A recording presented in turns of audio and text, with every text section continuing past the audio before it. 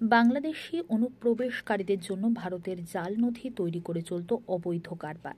ধৃত বাংলাদেশিকে গ্রেপ্তার করে পুলিশের হাতে বিস্ফোরক তথ্য সাংবাদিক বৈঠক করে জানালেন দক্ষিণ দিনাজপুর জেলা পুলিশের ডিএসপি বিক্রম প্রসাদ।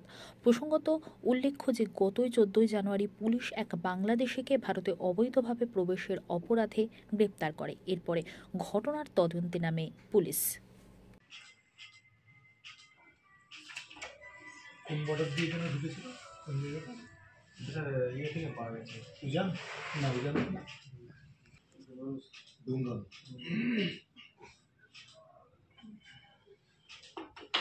কুসের বাড়িও তো ডুমরন। না স্যার। কুস কি মন্ডল? না স্যার, বর্মন।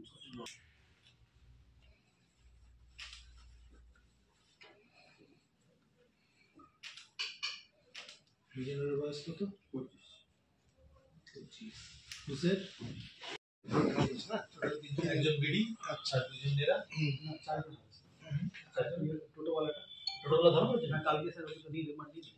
একজন মিজানুর রহমান ডুমরন, এদের নিয়ে যাও। আর একজন গৌতম মন্ডল, যে বিডি ন্যাশনাল ধরা পড়েছিল সে কিন্তু ট্রান্সজেন্ডার।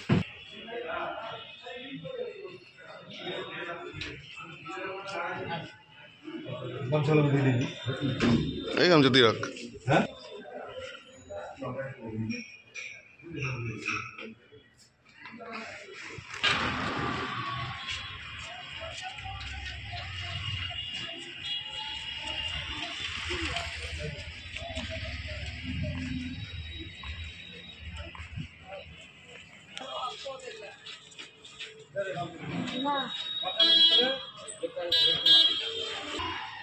আসামি তো গাড়িতে উঠে গেল।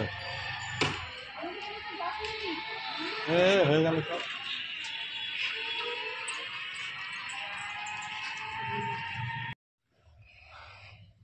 স্যার আজকে প্রেস মিটে গেছেন বিষয়টা? গত 14 তারিখ 14/1/2025 আমাদের হিলি থানার এলাকায় একজন বিডি ন্যাশনাল ধরা পড়ে। তাকে জিজ্ঞাসাবাদ করে আমরা জানতে পারি সে বেশ কিছুদিন আগেই আমাদের এপারে এসছে এবং সে বাংলাদেশের তেলকুপি এলাকা সিরাজগঞ্জ সেখান থেকে বিলং করে। তাকে জিজ্ঞাসাবাদ করার পরে আমরা জানতে পারি সে আমাদের এদিককার একজন টাউট, যে লোক পারাপারের কাজ করে অবৈধভাবে। তার নাম হচ্ছে কুশ বর্মন, তার বাড়ি ডুমরন হিলি থানা এলাকায়।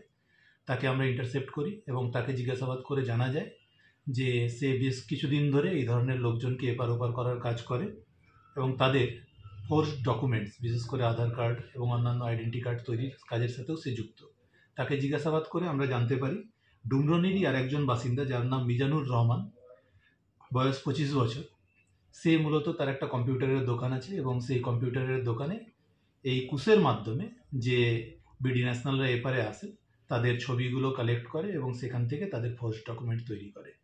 তো সেই ইনপুটের উপর আমরা ওয়ার্কআউট করি এবং আমরা রাতের মধ্যেই ডুমরন থেকে সেই মিজানুর রহমান তাকেও ধরি এবং তার দোকানের যে যন্ত্রপাতি আছে সেগুলো আমরা সিজ করেছি এই কেস কানেকশন। এই মুহূর্তে তাদের স্যার এখন অব্দি কতজন এইভাবে এই পারে এসছে জানা গেছে? এখনো তাদের জিজ্ঞাসাবাদ চলছে, পুরোপুরি তথ্য এখনো আমাদের হাতে নেই।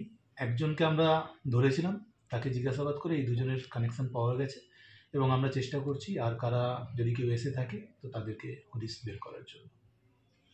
এই মুহূর্তে তাহলে মানে এরা যেভাবে জড়িত তাতে কি আপনারা আশঙ্কা করছেন যে বাংলাদেশের যারা আমাদের ইন্ডিয়ান বিরোধিতা করছে তারাও এভাবে ঢুকতে পারে? এটা এই মুহূর্তে বলা খুব মুশকিল, কেননা আমাদের আরও থরো ইনভেস্টিগেশন হবে, আরও জিজ্ঞাসাবাদ হবে, তারপরেই আমরা বুঝতে পারবো। কতদিনের রিমান্ড চাইবেন স্যার? আমরা আপাতত 5 days, 5 দিনের রিমান্ড চাইছি। তারপরে যদি প্রয়োজন হয় আবার আমরা রিমান্ড পিরিয়ড এক্সটেন্ডের জন্য প্রেয়ার দেব।